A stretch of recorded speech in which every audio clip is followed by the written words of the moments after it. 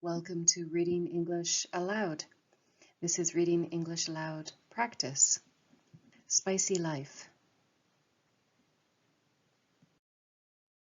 New vocabulary words. Nouns. Number 1, component. Component. Number 2, sensation. Sensation. Number 3, norm. Norm. Number 4, tingle. Tingle. Number 5, tolerance. Tolerance. Number 1, component. A part of a larger whole.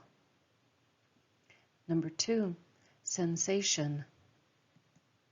A physical feeling resulting from something that happens to or comes into contact with the body. Number 3, norm. Something that is usual, typical, or standard. Number 4, tingle. A slight prickling or stinging sensation. Number 5, tolerance. The capacity to endure pain or hardship.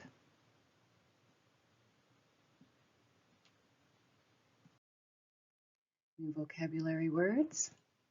Verbs. Number 1, expose.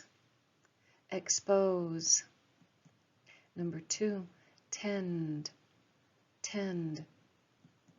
Number 3, bind. Bind. Number 4, request. Request. Number 5, blame. Blame. Number 1, expose. Introduce someone to something or area of knowledge. Number 2, tend. Behave in a particular way or have a certain characteristic. Number 3, bind. Stick together or cause to stick together in a single mass. Number 4, request. Asking politely or formally for something. Number 5, blame. Assign the responsibility for a bad or unfortunate situation to someone or something.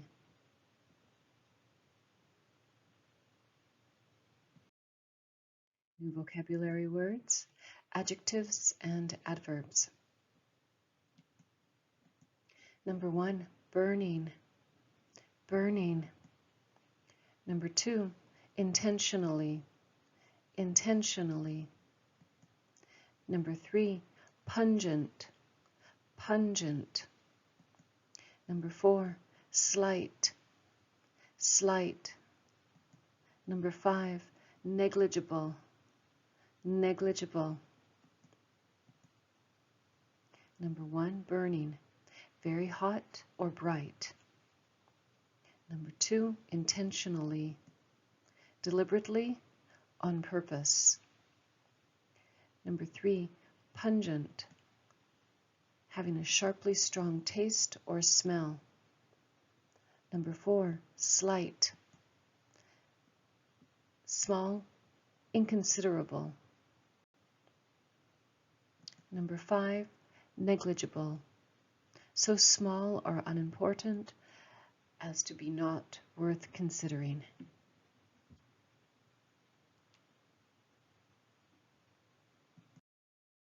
Spicy life.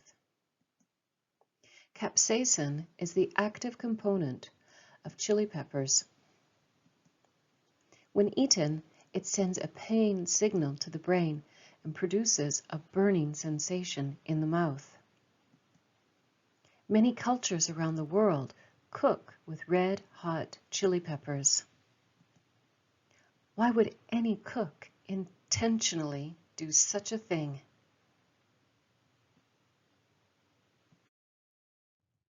If you list the countries where spicy food is the norm, such as India, Sri Lanka, Thailand, Mexico, and Ethiopia, you will notice that all of these places have a hot climate. Does a warm climate have anything to do with cooking with tongue-melting peppers? According to Cornell University biologists, Jennifer Billing and Paul W. Sherman, pungent spices do enhance the flavor of food, but they are also used to kill foodborne bacteria.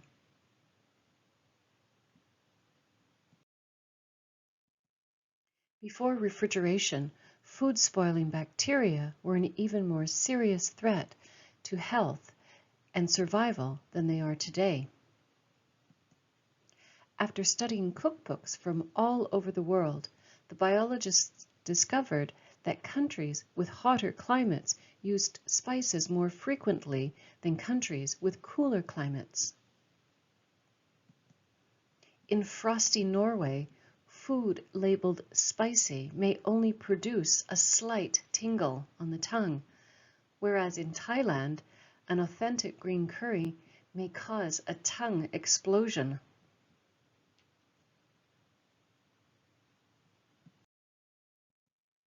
Another reason why some cultures prefer spicy food is that whatever food we are exposed to at a young age are the foods we tend to favor.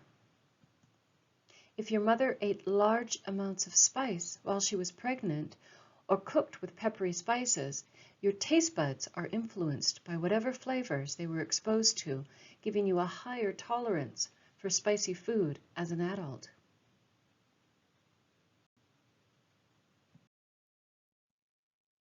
For adventurous heat seekers, there was a wide assortment of peppers to try. Peppers are classified according to their level of capsaicin, which can be measured according to the Scoville Heat Scale, SHS, and in Scoville Heat Units, SHU.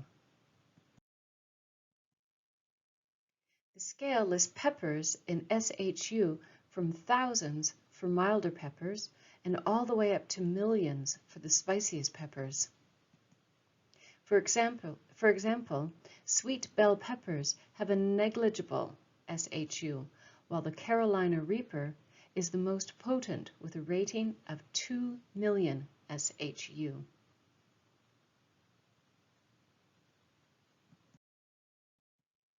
If you accidentally eat a volcanic pepper and don't know how to control the heat, don't reach for a glass of water.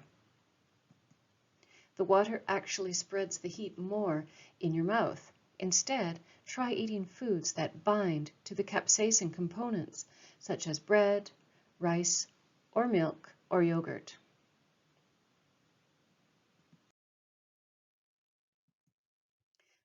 Finally, don't be afraid to request less spice in your curry if you can't take the heat. You can always blame your parents.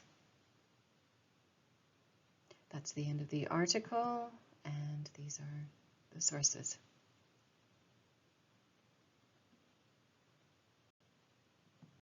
Okay, let's go to discussion questions.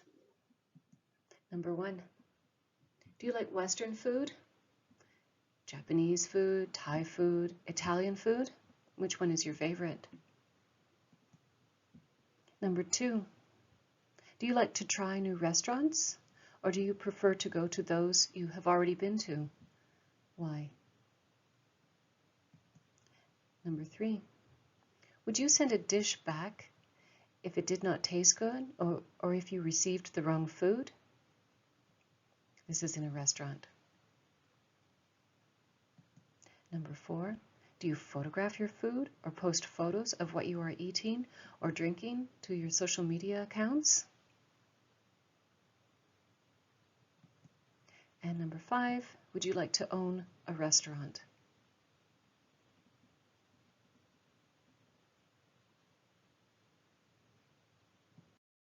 And let's finish with idioms about food.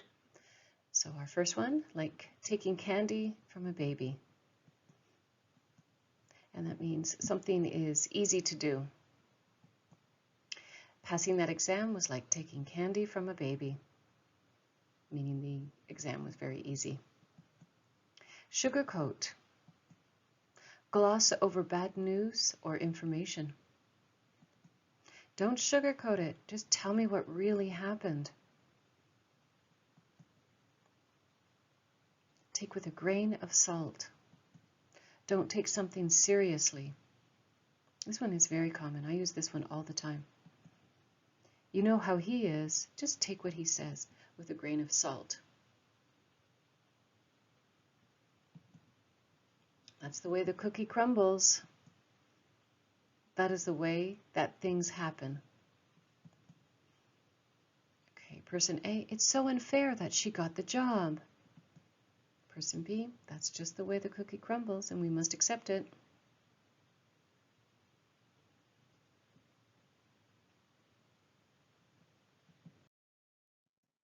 Goose is cooked. Finished or in trouble. When my parents found out that I failed all of my exams, I knew my goose was cooked. Drop like a hot potato. To immediately stop or abandon something. She dumped her boyfriend like a hot potato when the popular boy asked her out. Bring home the bacon. To make money.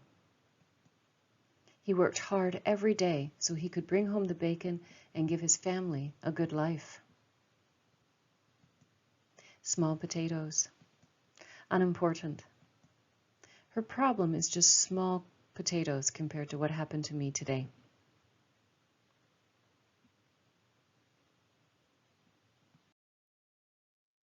That's the end of our lesson. The article is called Spicy Life. Thank you very much for reading English aloud with me today. That was easy.